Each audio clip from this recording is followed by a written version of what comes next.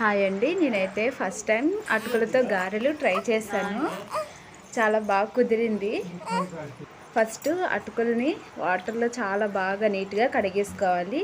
నేనైతే 2-3 సార్లు చక్కగా క్లీన్ చేసేసుకున్నాను. ఆ తర్వాత అదంతా పడేసి వాటర్ అంతా మళ్ళీ అటుకుల్లో కాస్త వాటర్ వేసేసుకొని కొంచెం మెత్తబడాలి కదా అటుకులు, అందుకని వాటిలో వాటర్ వేసేసి కాసేపు నానబెట్టాను.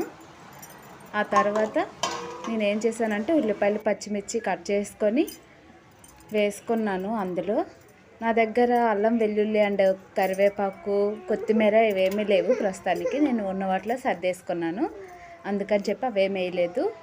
అండ్ జీలకర్ర, సాల్ట్, ఇంకా శనగపిండి, పెరుగు వేసుకున్నాను.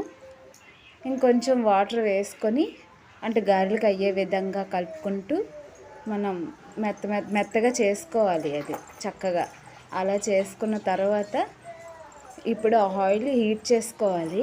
బాగా ఇది కలిపేసుకోవాలి పిండి ఫస్ట్ బాగా నీట్గాను గారెలకు అయ్యే విధంగా చక్కగా కలుపుకున్న తర్వాత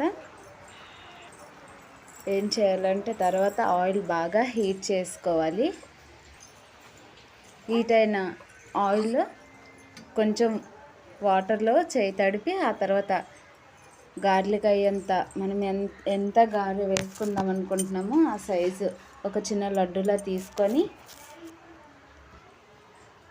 తర్వాత గారె చేసుకొని ఆయిల్లో వేసుకోవాలి. నాకు 1-2 గారెలు అయితే చక్కగా వచ్చాయి. తర్వాత నాకు అది సెట్ అవ్వలేదు, అందుకని నేను చిన్న చిన్న సైజు బాల్లా చేసి వేసుకున్నాను.